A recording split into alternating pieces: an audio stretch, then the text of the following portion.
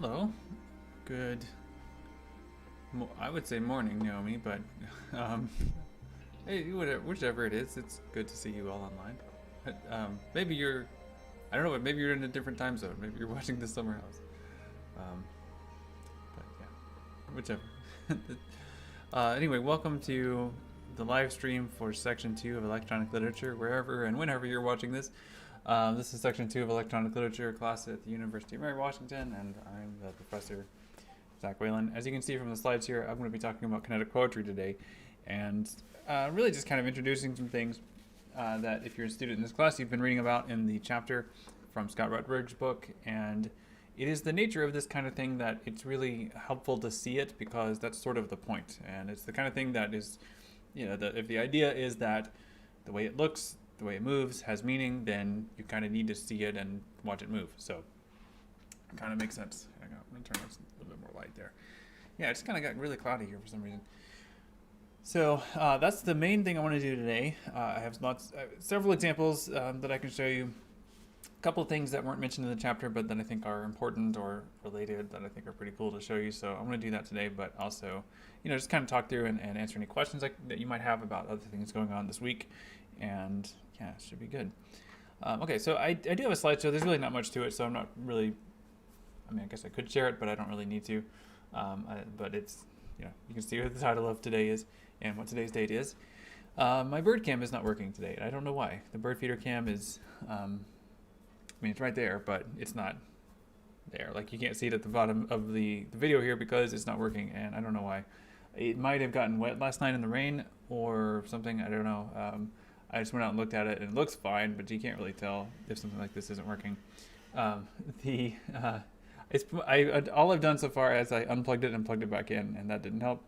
I'm not really sure what else to try, but that is what I've done so far. If you can't get enough bird cam, by the way, bird feeder cam, on Friday when we did the Zoom meeting, I didn't realize, but I accidentally left it running for like an hour and a half after class. So the Zoom meeting actually went for like 3 hours or whatever. And so, and it was just pointed at the bird feeder cam for the whole time after the end of class. So, if you want to watch some bird feeder cam, there you go. I don't know, but I'm going to it may not be dead. It just might need a little bit of, waking up, but, we'll see. It's not really designed for outdoor use. So I'm not too surprised if it ends up dying, but if it does die, I will replace it, certainly, because of its, it's important. But it rained unexpectedly last night. I think maybe that got it wet. I don't know. Anyway, today is Friday. Today is Monday, not Friday, the 12th, and so we're starting this new unit. This is chapter 5. It corresponds with chapter 5 of Scott Rutledge's book, Electronic Literature, which is available in Perusall. So your homework was to leave some comments in there, at least 5, and these comments can be they're left anonymously, but the idea is that they are, in some ways connecting with the material or asking questions about it. I've only skimmed them a little bit, but I did see some questions. So I will try to answer those some today if I can, but I'll probably I think what I'll do is go through and make a list of those and then try to address them all on Wednesday. There's a lot of examples in this chapter, so I want to make sure you all, have a sense of, what these are and how to find them. Some of these will work, some of them won't, obviously, because of Flash. And part of what this chapter is trying to get across is the importance of Flash, the important role that Flash plays in the history of kinetic poetry, which is great, but it also means that it's kind of harder to find some of these things. So I've provided some links in a few cases to examples, like working emulations of examples.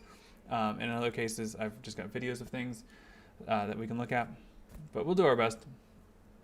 Sorry if you hear any background noise, by the way. My kids they're doing their normal thing, but the getting some work done on our fence, which is right just like on the other side of the shed where the bird cam is. So you might hear some, I don't know what they're doing right now, but I heard a saw a minute ago, so I guess they're sawing something. I don't know. I didn't really see a detailed plan of what they were planning to do. They just were like, yeah, we'll fix some things. So okay. They fixed the main problem, which I can see down the hill there, but I guess they're working on the gate too, which is fine. The gate also needs work. I can do it, but I don't mind letting someone else do it too. So here we are. So this is chapter 5. And actually, let me go back here because I had a couple of reminders first before getting into much content. The main thing is that the 3G project is due Wednesday. And hopefully you have an idea for that, or hopefully you've started working on it. I know many of you are done with it, and you've asked questions about it, indicating that. I wanted to offer one bit of clarification about the scholarly source. So whatever you do, you should have an artist statement, which is something you write explaining what you did. And in that explanation, I would like for you to explain how you understood that original work that you're riffing on vis-a-vis some scholarly source. And I would like, as much as possible, for this scholarly source to be something other than one of the assigned readings from the semester. So certainly I want you to go beyond Scott Rudberg's book, but I also would like for you to go beyond even the other things that I've assigned throughout the semester, just because there's a lot out there. And part of what I'm trying to get you to do is understand what's out there and think about and how to find things within that ecosystem, how to understand it, how to work with it. So in your artist statement, explain, I mean, this is really going to be a big indicator of success with this project for you, is if you can take this critical work that you found somewhere else and explain how it helped you understand the work that you're critiquing or riffing on, whatever it is. I know it's kind of hard to explain in the context of a placeholder, but let's say you are talking about, as in the first section, we looked at one example. If you are creating your 3G project, your third gen project, as some kind of riff on House of Dust by Alison Knowles. In that case, then I would like for you to find some scholarly work about Alison Knowles' poem, House of Dust. And there's a number of examples. And I shared in Discord, like if you scroll back a bit now, because I shared a lot actually in the first section, several places where you can find scholarly work about this sort of thing. So one example is looking at, there's 2 or 3 main scholarly journals that publish articles about scholarly articles about electronic literature. There's others that include it, but these are the 3 that I always think of. So there's Electronic Book Review, which is right here. So that's a good source for things. There's also Hyperrise, which does, they publish scholarly work, but also critical work too. I mean, creative work. And then there's also the Digital Humanities Quarterly, which is somewhere, one of these tabs, I think. Maybe not. Okay, so let's let's just type it in again. digitalhumanities.org/DHQ. And this is the journal it's broader, like it covers other things, but it includes electronic literature within what it thinks of as digital humanities, and that's there. By the way, like at UNW, we use the term digital studies for a lot of things that other places would be called digital humanities. And so there are various historical institutional reasons for why we call it digital studies, but as a term of art, digital humanities is more common. Like you'll see that out there. So DHQ is really, at least in America, the leading journal in that. There's another big journal in Europe, but this is the main digital humanities journal for people in North America working in digital humanities. And you can see it's quite robust. It's quite a work. I've got an article I'm working on for them, hopefully later this spring. All right, so this is what's going on with that. If you have any questions, let me know. If you have any questions about a particular source, let me know. Just make sure that you include it and discuss it in your artist statement. Like, don't just include a citation to it. Like, actually talk about it in your artist statement, in addition to talking about your creative work that you've produced for that project. Okay, so this project, I feel like because there's so many moving pieces, sometimes people have a hard time figuring out what to do or how to put things in place. So I would be happy to talk about it. Feel free to run it by me if you have an idea. And I believe I've answered everyone's questions that sent me questions, but all of you asked, am I on the right track? And you were. So I imagine that everyone else that I'm pretty sure that everyone else who might be wondering whether or not you're on the right track, you probably are too. So just if you have any questions, let me know. But as with most things in my classes, it's pretty open-ended. But there are certain goals I want you to accomplish. One of those is understanding the existing literature, the scholarship out there. Okay, so the final project proposal is due Friday of this week, and this is something that can be, it does not have to be super elaborate as proposals go. It can be, a short page or so explaining what you plan to do for the final project. If you have a sense of the direction you're headed in, as far as like a topic, that would be great. But even if you just know that you want to do a scholarly paper or literary analysis of something, tell me what you want to analyze. At least tell me that. If you're interested in the Wikipedia option, that one you can be a bit more tentative about, in the sense that you may not know yet who you would like to write about. But if you have an idea, I would like to know that. But mainly I want to know if you want to do the Wikipedia option so that I can start coordinating those and helping you all be prepared for that, because it's going to take a little bit of a different kind of preparation. So I have upgraded this page, added to this page, and I have a link here to the Woman Elit Symposium page, and it has a lot on here. It's basically, there's a lot of resources, but there's also just a long list of women here, women whose work is in some way related to electronic literature. You'll see some familiar names here, like Catherine Hales. You'll see some names that are less familiar, and that's okay. But they're all here for some reason, and I think all are people that could merit a Wikipedia page. So I kind of went through and I curated a slightly smaller list. These are not necessarily like I didn't put a lot of, like, don't read too much into this. Like, I really just kind of was looking for women who either don't have Wikipedia pages, or they would need some kind of, their web pages need some kind of work. And these are just a few. I'm sure there's many more. It's just these kind of stood out to me because in some cases these were women who I'm surprised there is not already a web page about, or like I can see how there are other pages mentioning, for example, Mary Kim Arnold. So I feel like that would be a relatively easy page to create in terms of making sure that it stands out as noteworthy, because there's other pages. Lillian Yvonne Bertram, I was really surprised there's no page for her. So there's a lot of pages there's a lot of pages that need to be created. Here's some examples. And I see Bailey's question: if you end up sending a proposal but hating it, can you change it after Friday? Yes, but I would hope to talk to you about it. Like, don't just change it without telling me, but like run it by me, any changes. And the main thing at this point, because I realize there is actually there's more time than usual actually in my classes between the proposal and the first draft. So yeah, there is definitely time to flex things. But I mainly want to know who's going to be on the Wikipedia track so I can help you figure that out.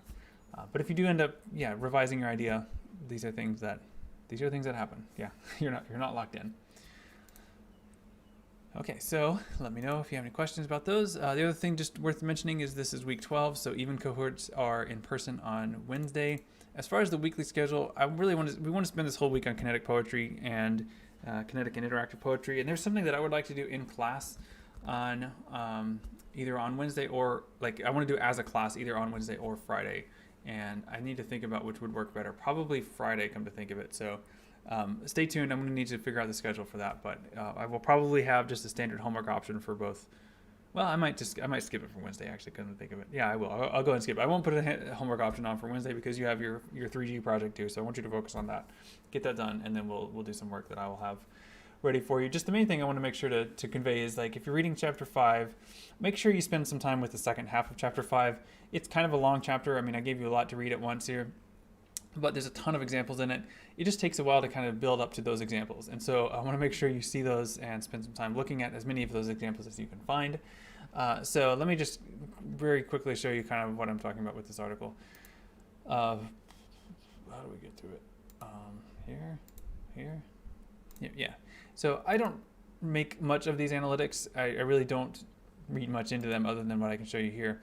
But this does kind of show me what I suspect, and which is I'm sure always the case anyway, is that there are more page views recorded for earlier pages than later pages. Now, you may have read this in the hardback version. You may have read it. You may have downloaded the PDF and read it. In either of those cases, your reading obviously would not be tracked by this. But at least it shows that for those of you who used Perusall, most of you spent more time in the front than in the back of this, or the second part of this chapter. So make sure you spend that time looking at those in the second part of the chapter, especially when it gets into the examples, because again, there's a ton of those. And in some cases, I've got links to them built in, like linked in the chapter. And I'll keep kind of going through and finding more of those. In some cases, you have to find an emulator. So I've got a link through an emulator, so it'll work when you just click on it. In other cases, it's just not possible. There might be video versions of them or something. So I'm going to keep looking for things like that. But mainly, I just want to emphasize that if you haven't finished reading the chapter yet, that's okay. But please do, because these are things that I want to talk about, and I want to encourage you to know, so that just in case it shows up on the quiz, because there will be a quiz about this. All right, so any questions about things coming up or logistics? Again, Wednesday, just focus on the 3rd Gen project, but if you have questions, let me know. You can still certainly have those questions. All right, so the main thing I want to spend the rest of the time on today is demos, and so I have lots of these queued up here. Hopefully they'll work. But just to kind of set the stage here, I'm kind of paraphrasing or excerpting a little bit of a quote from Chris Funkhauser, and this occurred in the first part of the chapter by Retberg, where you hopefully remember Chris Funkhauser, whose article we read about the IBM poetry.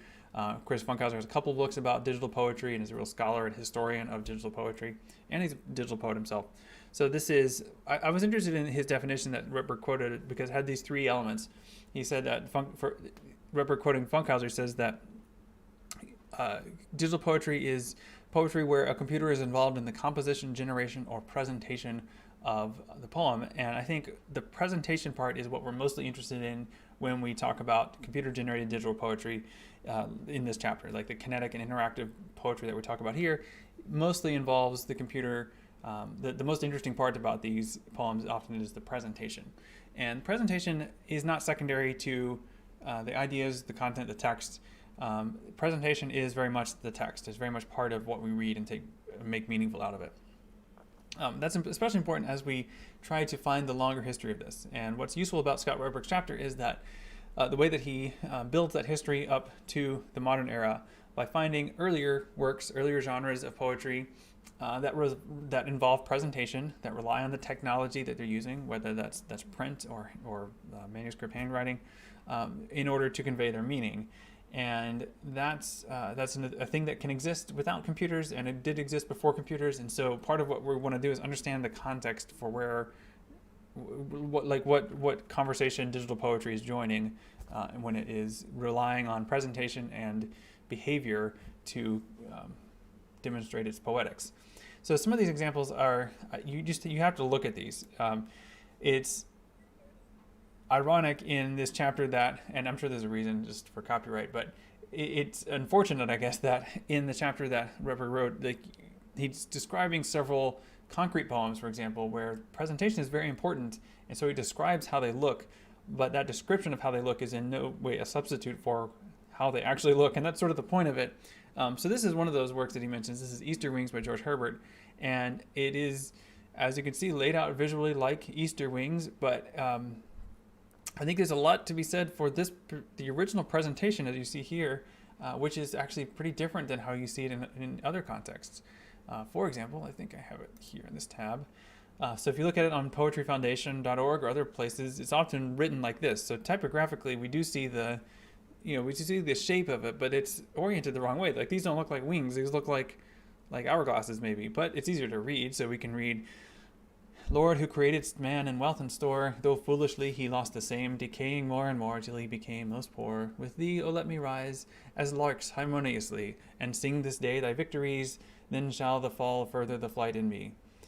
I feel like that might be a typo. Anyway, my tender age in sorrow did begin, and still with sicknesses and shame, thou didst so punish and sin, that I became most thin. With thee let me combine, and feel thy victory, for if I imp my wing on thine, affliction shall advance the flight in me. So there's all these references to flight. There's this idea of the bird, the lark, and all this idea of rebirth. Like these are things that are resonant with the idea of flying or having wings, but we don't visually see the wings here unless we look at the original typographic version of it where it's laid on this side like this. What's interesting though is in order to read it, we would have to either physically turn the book sideways or turn our head sideways in order to read my tender age and sorrow did begin. And as we do, we have certain choices we have to make and really commit to. We can't just sort of understand both of these as options. We have to decide when we turn our head this way, which one is the first stanza, right? So if let me just rotate it here. Counterclockwise, yeah. So like this, you might start reading my tender age and sorrow did begin. But if we are thinking of recto verso pages, we tend to read left to right, and so maybe it would make more sense to start with the Lord who created man in wealth and store, going back that way, right? So these are ways that you've got to commit to one or the other, and you kind of have both happening at the same time within this work, and it's that duality that's present in the work, not upside down. Oh, that's interesting. Anyway, I'm going to stop messing with it. But yeah, so you see how this works visually, and the meaning of it is conveyed visually. That's the real idea for concrete poetry, right? The idea that structure equals meaning. It's not just language that equals meaning, it's structure. And structure can take different forms. We often are used to thinking of concrete poetry in visual terms. Like I remember in third grade, I was asked to write a poem about a Christmas tree that took the shape of a Christmas tree. And, that makes sense. That's fun to do. And in this case, you can also see literally the thing that is suggested by the poem is also visually denoted by the typography. So it's almost literally a picture of the thing that it's about. And that makes sense. That's a thing that does work. But that's not the only way that poetry's structure can be meaningful. And that's the big thing that we want to get from kinetic typography, because kinetic typography adds in the ability of a poem to express itself in time and space. So we have space being expressed here, the space of the page, but if it moves, then we're also using time as a signifying feature as well. Here's another example of concrete poetry that was mentioned in the chapter, and these are, by the way, I linked to these in here. So if you look at if you look at my comments, like when you can search, you can filter it so it only shows my comments. You'll see that I've added some of these in here. They're this is Samias of Rhodes, who made this poem that looks like an egg. Here's this poem that I just mentioned, Easter Wings. And then I've also got Apfel by, where is Apfel? It's around here somewhere.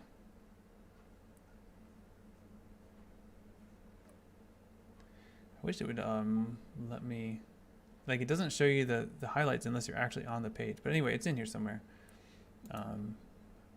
Maybe this one. Maybe this one. Oh yeah, it is. There it is, Apfel, by Dole. So this is another one that looks like it. Yeah, exactly. So good point, Bobby. So it's a spiritual theme, and so it's like sort of making you connect, or the idea is connecting with the sublime with the spiritual, and connecting the natural to the spiritual. Like that was a big theme in Renaissance poetry. I think I'm not an expert in that area, but I think that was a theme. Anyway, so Apfel is interesting too, just again because you need to see it in order to get it, but it actually looks pretty different in terms of its construction, right? So we're thinking about structure and content here. Obviously, this is the word apple, and it's the German word Apfel or Apfel, and then if you look across it, you'll see lots of Apfels, but you'll also see Wurm right here, or worm, near the bottom right. So there is a Wurm in this Apfel, but it's done differently. The technology is different, I believe. So what we have here is a printing press where the type was arranged in certain ways to match this pattern.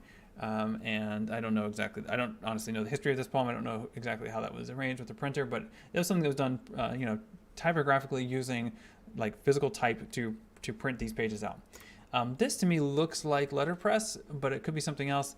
But it looks like essentially the word apple was printed out, but then the shape of the apple was actually sliced out physically with a razor or something to actually make that shape of an Apfel. So there's a different process involved there, but in both cases, structure equals content, like the way that it looks, and to some extent, I think the process of it is also the content of it. That's what we experience when we see that. So again, concrete poetry, you have to see it in order to get it, I think. You can't really do concrete poetry justice by describing it. You have to, in some cases, spend time with a poem. And I think this is actually true of any poem, any good poem anyway. It's the kind of thing that makes you, creates a specific experience for you. It's not the case that whenever you read a poem, you see the words and then you know what it's about. The meaning, the impact of a poem is always more than the words on the page, whatever genre you're using. That's especially true for concrete poetry, where so much of the meaning and the impact is potentially the page itself. Same with minimalist poetry. I'll show you. I have a couple examples of minimalist poetry. This is a poem. This is Leaf, or well, I don't know actually what the title of this poem is, and that's sort of interesting about it. I think if I do like this, you can see it better. So this is a poem by E.E. Cummings. E.E. Cummings is a well-known 20th century poet, and often writes in all lowercase, and in other cases does kind of typographically quirky things. Sometimes concrete poetry like this. And this poem is, I usually see it titled as L parentheses A, which is the first line. So this is, I'm going to type it in here. So it's L. Yeah, Bobby just typed it for me. Thanks, Bobby. What's cool too about it, I mean, there's so many ways to read this, and I love that about this poem. And sometimes a simple minimalist, not simple, but hey, I guess minimalist, but deceptively simple poem can offer so much. So that first line, L parentheses A, in many typefaces, many fonts, lowercase l looks a lot like a 1 or a capital I. And when you first read this out of context, it's kind of hard to tell which it is unless you know the typeface really well. So it could be, if I type it, I'm going to type it here in Discord so you can see. It could be 1A, or it could be IA, or it could be LA, and these all visually look very similar. The 1 looks pretty different in the typeface that Discord is using, but the L and the capital I are pretty much identical. So which is it, right? I mean, it's sort of like the idea that it's a lowercase L, but it could be an I. It really could kind of pull you into the subjective sense of this poem and what it is like to be the person who is speaking or noticing this moment. And that continues as you go down, right? So there's just so much here. So there's like, you've got L, and then down here you've got the number 1 spelled out as part of the word loneliness. And then you have another lowercase L, which could also be an I, or it visually puns on an uppercase I or the numeral 1. And then you've got I-ness at the end. And actually, when I typed this for the first time I typed this in this PowerPoint slide, I just typed it out by hand. It actually automatically capitalized that I at the end there. So there was another capital I. So it was really interesting how this is such a like self-centered poem in a way. I mean, it centers on the self. Now, I don't mean self-centered like pejoratively, but I mean like it centers on the subjective experience of loneliness and it puts you in this moment. That's what's so great. It's like it's both concretist and imagist in the sense that if you don't see it, there's a little pun here. So you've got another visual pun, I guess. You've got the word loneliness. It starts with this lowercase L. Oops, didn't mean to go ahead yet. And then the word loneliness continues down the rest of the lines. The parentheses here contain a phrase which we can spell out, or we can construct letter by letter. A leaf falls. But as we construct that, we have to move our eye visually and kind of make sense of that phrase, a leaf falls, by sort of moving our eye down the page. And if you can imagine sort of being somewhere and noticing a leaf falling in the context of thinking about the concept of loneliness, maybe we think of that as like the last leaf of the autumn falling by itself, or we think of like what it means to be in such a solitary state of mind that you notice that kind of thing. You notice things like leaves, individual leaves falling. It pulls you into that idea of that moment, whatever that moment feels like or looks like to you. And that's the way it kind of ends up sending you back into yourself. So there's so much going on here, and that's what it's why we can recognize E. Cummings as a really successful poet in creating this work, at least. A couple other examples. This is one that I believe I have showed you all, at least the first section. They said that I had showed them this poem, but I can't remember if I showed it to you all. It is a poem by Aram Saroyan, who I have his birth date there. He's still alive. But this is a poem that is one of his 2 more, controversial works. And the controversy is this actually poetry or not? And I think that's a useful question to ask sometimes. What are they doing? I don't know why they have a chainsaw. Sorry. I'm just trying to figure out what he's sawing. Okay. He's like sawing a hole in the fence. I guess he has a good reason. Okay, so this is the what was I saying? Yeah, so this is a poem, and it is controversial because it won a poetry award, and so it was like, we're really, this guy is earned $900 for writing this for misspelling this word and calling it a poem. But if we think of this as content, if we think of this as poetry, if we think of it as concrete poetry, there's quite a bit going on here. It's just that most of what's going on here is not the word itself. It's all the things that we bring to the word or that prevent us from accessing this word, because it has the repeated GH. The G and the H together in English can be silent, as in the word light, or they can make that F sound like in laugh. And so which is it here? What does it mean if it's there twice? What does it mean to have 2 silences, as we see here? Right? There's no logical way to parse this in English, and so all of these things prevent us from speaking it. Why does it keep jumping back? Anyway, so this is light, or we could pronounce it light, or we could pronounce it light, or lift, or licht, or there's all kinds of ways we might struggle with the actual sound that this word makes. Meanwhile, as we kind of focus our attention on it, we are constantly being distracted by and almost overwhelmed by all of the white around it. In this case, this is white light, as I'm looking at this on a computer monitor, and as you are too. And originally it was printed on typing paper, and so you would have the white, the brilliant white light of that page, which has suddenly become content, right? Because in concrete poetry, structure is content, and here the structure of this is the absence of text. There's nothing around it, and so that absence becomes content now. And as content, what is it except light? What is it except the brilliant white light of the page or the screen in this case? So there's so much going on here with just this single expression, or whatever. I don't even know if it's just an expression, but these letters on the page or on the screen here can be so much. This is another one by Aram Saroyan, another minimalist poem. Again, kind of resisting pronunciation, resisting a lot of things, and that idea of resistance here is pretty significant. You could say many people find this familiar in some ways, but if you look closely at it, it is not what it seems. It is not the letter M. It is also not two N's. It is more than an M and also somehow less than two N's. It is somewhere in between an M and two N's. It is basically an M with 4 feet. Some people point out that the way that the letters, like the serifs, whether they're serif letters or not doesn't matter, but like the serifs at the end of each of those vertical strokes, the block of that reminds people of the M that appears on M&M's candy. So maybe that's what this is sort of a joke about or a pun referencing in some ways. But it's much more, I think, opaque or hard to get into than the previous one. So if you think about this as a minimalist poem, this is even more in that direction of, is this poetry or not? But I really like Ram Soyan's work, and there's some of it's concrete, some of it is whatever this is, and I think it's fascinating to know about, and it definitely uses structure as content, which is the big thing for the kind of poetry we're interested in here.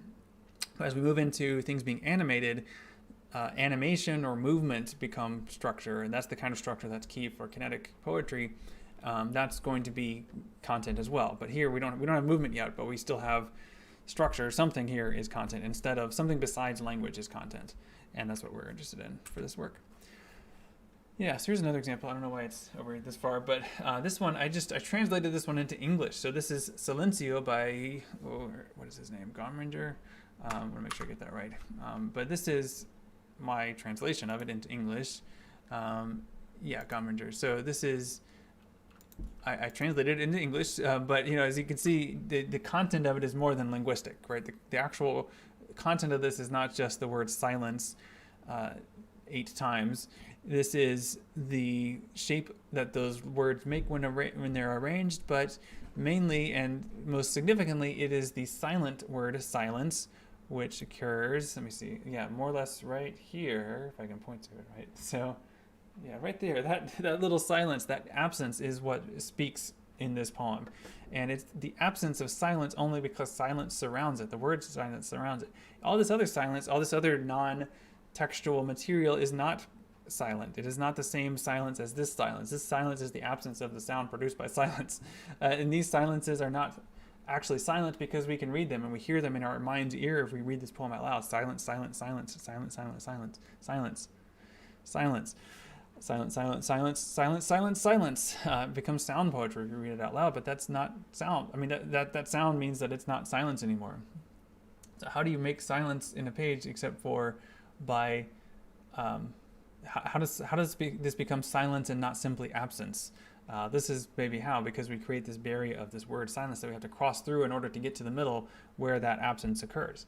It's only absence because of what we at first expected to be there, and then it not being there makes it present because it is signifying absence. It's just, I love stuff like this. So these are some poems that are visual and using visual content as structure. But of course, most of this poetry in this chapter is kinetic, meaning it moves in some way. And I do have some more examples of that I'd like to show you. But first, though, the other kind of structure that has to be noted, because when we talk about digital poetry, and we think about presentation, there's another major channel that can be used by this poetry, which is, of course, sound. And many of these works that are made in Flash, for example, have sound in some way. They use sound.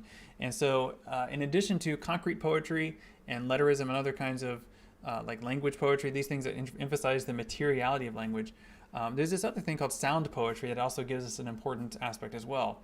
Again, it's taking, the similarity is that sound poetry takes language out of poetry. So we're no longer looking for semantic meaning, but we are still able to appreciate poetic sense through things like delivery and other things. So we can get a sense of what is happening in a poem, even if we don't, or what it might do for us aesthetically, without being able to say what it means, because it literally doesn't mean anything in some cases. So I'm going to show you an example, hopefully several examples of this, of sound poetry, because you have to hear it really. So I'm going to have to put in my headphones. Yeah, it comes from Dada, right? So that's it. Well, at least that's how I'm going to start it. It goes other places, but Dadaism is a key sound poetry thing. So let me show you. This is, first of all, let me see. So this seemed to work before. I'm going to show you all a couple of things, a couple of videos here before it starts playing. So this is an episode of a TV show called Ripley's Believe It or Not, and this is from the 1970s, I think. And in this segment features Marie Osmond, who is a famous like TV personality from the 1970s, kind of a big deal in the 70s, very mainstream kind of person. And I guess she was the host of Ripley's Believe It or Not. She's kind of like the Ryan Seacrest of the 1970s. Like she was everywhere.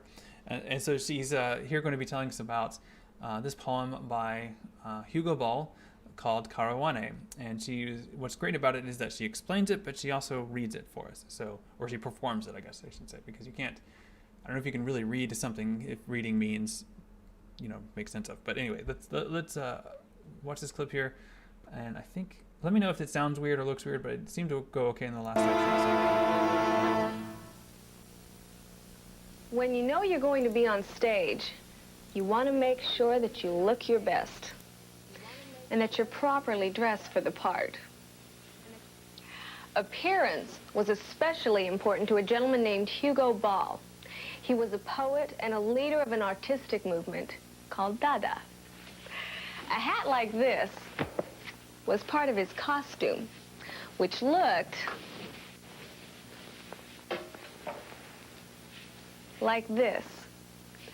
The number 13 on the cardboard tube that covered his face had nothing or everything to do with his performance.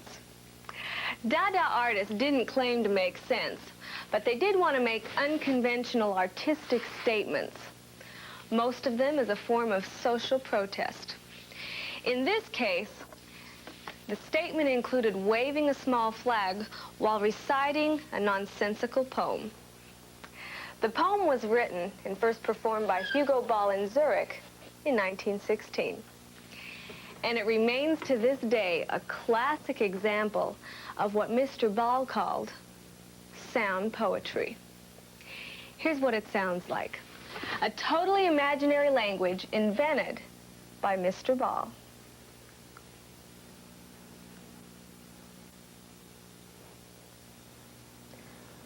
Kawani jolifanto blumba ofali humbla.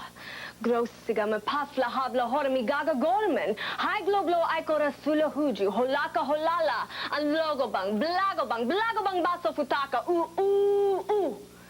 Shampa uwala wasa. Olobo. Hechtada gorem esej zumbada. Wulubu susuba de uluwasa suba de tamba. Baumf. Kasagama. Baumf.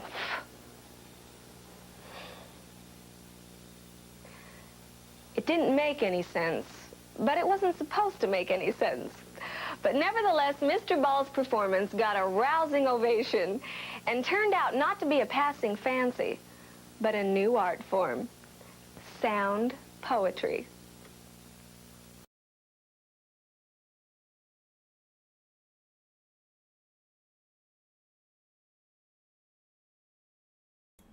I'm still here. All right, so yeah, I really like that. I mean, I like the delivery of it, but I also just love the bootleg VHS quality of that upload I found on YouTube. You can also find, I'll put this in Discord, and I'll share a few of these, although I did earlier as well.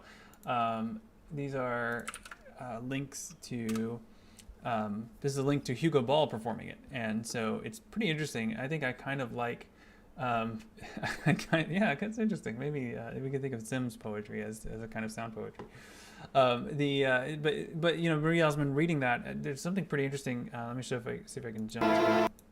Was especially important to a I don't want to hear it anymore. I just wanted to show you.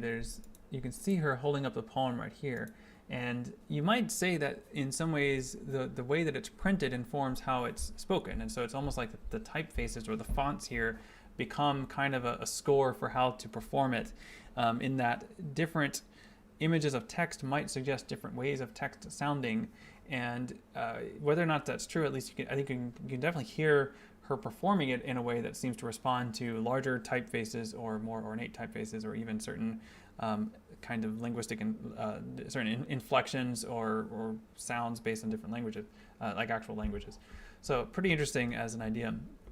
There's a bunch more of these on online, but I wanted to show you, like I had also queued up a video by Jackson Maclow, who's another sound poet who also did some digital things and also worked in like deterministic kind of poetry. Like if you remember the IBM poem, Jackson Maclow is someone who did things kind of like that as well.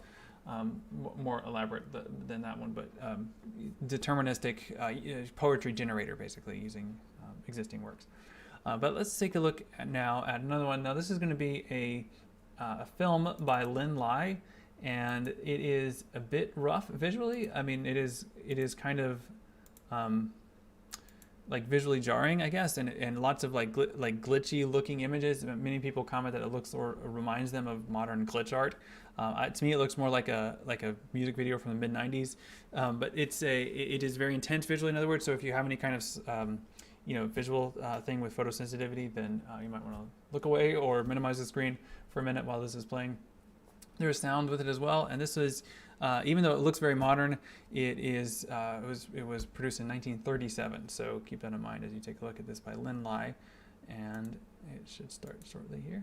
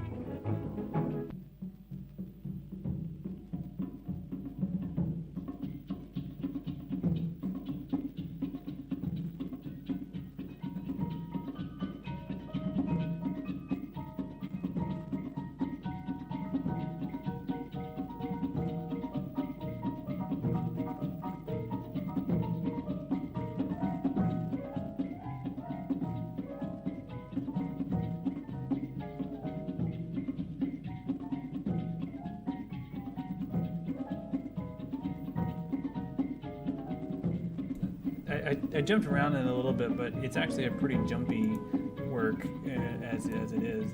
But hopefully you can see that it's more than just, it is an experimental film, certainly, and innovative for 1937 in a lot of ways, but it's also, you could say, kinetic poetry, because we see words here and they're moving. And so the content of this is certainly much more than just those words. The rhythm of, what is it, the rhythm, I forgot the whole line there, is maintained by the males, keep in rhythm, keep in rhythm by posting early, right? So this could be text, like we could write out the full text that appears here, probably just a couple of lines, but the structure of this, the content of it is clearly a lot more than just that, and it has to do with the images that we see here. Things moving around, things flying. Really, it's just a striking, beautiful work. So I'm gonna go and pause that for now. That's probably good enough. It's pretty intense though, right? Like, and it's definitely glitchy. I think that's a common description people use for it. Okay, so I wanted to show you at least one more work here, and that is going to be, if I can find the right tab. Well, okay. There, okay, this will work. This is, so B.P. Nicol. B.P. Nicol was a sound poet, among other things, but he was also a sound poet. He's Canadian, And you can find some videos of him reading his own sound poetry on YouTube. Pretty interesting. He did some works with, I found this video this morning of him with a group of poets. It's like 4 of them, including Steve McCaffrey and someone else, but that I recognize. But anyway, the 4 of them, it's like a quartet of sound poets, and they're doing this kind of collaborative reading. But mostly it involves them yelling, just sort of shouting at the microphone, and it's pretty interesting. But this is a work he produced in 1984 called First Screening, and he produced this for the Mac, or the Apple II. So Apple II was the Apple computer before Macintosh, and there was also a HyperCard version, which I've linked to somewhere in the perusal. If you wanted to experience this yourself, that's probably the easiest one to access. There's also a JavaScript version, and that's also pretty good. Like the JavaScript, you can just like click there. It's a pop-up, so it didn't get. Oh, actually, you know what? I need to share my. I forgot to switch back to my scene. Hang on. Yeah, here I am. So this is BP Nickel, right? So that all I was showing you is just this website has some information about it. So this is vispo.com, and this is the website of Jim Andrews, who is a digital poet himself, and but also works in preserving things like this. For example, his work Neo, or I think it's Neo. I think it might be pronounced Nio actually. It's mentioned in the chapter as something that doesn't work anymore. But actually, just within like a week or 2 ago, Jim Andrews released a new version of it that works in HTML5. So Neo works now, but it's Neo as he describes it. Anyway, this is his page of different ways or different things that he's done to help preserve First Screening by BP Nickel. And you've got a couple of things here. You can look at the JavaScript version, which will just open in a pop-up window. There's also a way to emulate it. And what I think I just lost that tab, but the easiest way to access it is you can use this web-based emulator. There is sound for this, but I'm going to try not to play the sound because it's kind of jarring. But this is going to emulate an Apple II computer in my web browser, which is convenient in this case because I can show it to you pretty easily. But you can also download your own Apple II emulator if you'd like. Just JavaScript is a lot easier. The HyperCard version of it, by the way, is somewhere in archive.org, but I lost my tab again. Where did it go? Here. Okay. So yeah. So here goes. So this is I'm going to load. This is a work that goes I think like 10 or 12 minutes, maybe a little bit more. But this would have originally been on a 5 1/4 inch floppy disk. So that's the big floppy disk that were actually floppy. You'd have to stick them in there, clip the thing down, and then it would go, and then it would load this up like that. This is a kind of computer you probably never used, and that's okay. But they're pretty fun. I don't have one. I would like to get an Apple II, but I don't have one. I think there are actually a couple of bugs in this emulator, or maybe the version is corrupted because you'll see some text characters that I don't think are supposed to be what they are, but we can still get a sense of it. Okay, this is a poem called Island. Goes by pretty quick. But you can see rock in the middle, not moving. You can see the waves flashing on the side. It's an island. It's very much like concrete poetry. So self-reflexive number 1. Dream you lost, toss all night. Dream you lost, toss all night. Dream you lost, toss all night. Dream you lost, toss all night. You see how just trying to read this out loud, even though there are words associated with this, it becomes sound poetry as you try to read it. Dream you lost, toss all night. Dream you lost, toss all night. Letter. Set down to write you this poem. Down to write you this poem set. To write you this poem set down. Write you this poem set down to. You this poem set down to write. This poem set down to write you. Poem set down to write you this. So the way those letters move, they make the poem through that movement. And we could imagine each of the possible permutations of that line, but seeing them animate one to the other, I think makes a big difference. So this is one of those where, I don't know, like that text at the bottom, I think that was not, I don't think it's supposed to be that, but I can't remember what it was supposed to be. I'll try to open the JavaScript version, and that might be more accurate. There's also the HyperCard version. So if you have the HyperCard version handy, you can also check it in that one too. But what's interesting, because this is avant-garde digital poetry, we could also just, act like that was on purpose and try to pronounce that, which is something that would be interesting. I think there was more here. I think there was something different here, but I don't know for sure. Let's see if we can get through at least one more and then wrap it up for the day. construction 1.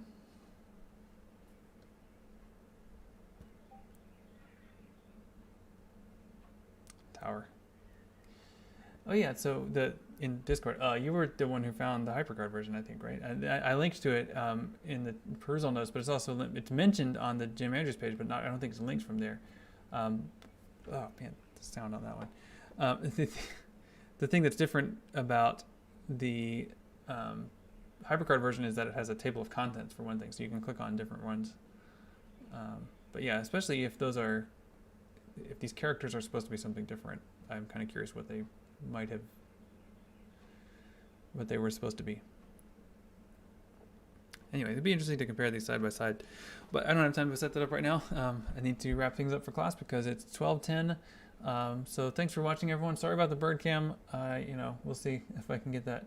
I'll see if I can get that fixed and running. It might be fun. I wonder if I had just a constant stream coming off of it, I could probably pull that stream into our Zoom, even if I'm zooming from the classroom. I bet I can get that working. Anyway, that's it for class today. Just remember, finish up your 3rd gen project for Wednesday, and I'll update the schedule with some things, but there's no additional homework other than that. So I'll do my best to get the bird cam working. Otherwise, have a good afternoon, everyone. I'll see you all. Even cohorts, I'll see you in person on Wednesday. Everyone else, I'll see you on Zoom. It'll just be the normal Zoom link, and just let me know if I can help. If you have any questions about the 3rd gen project or the final project, especially if you're considering the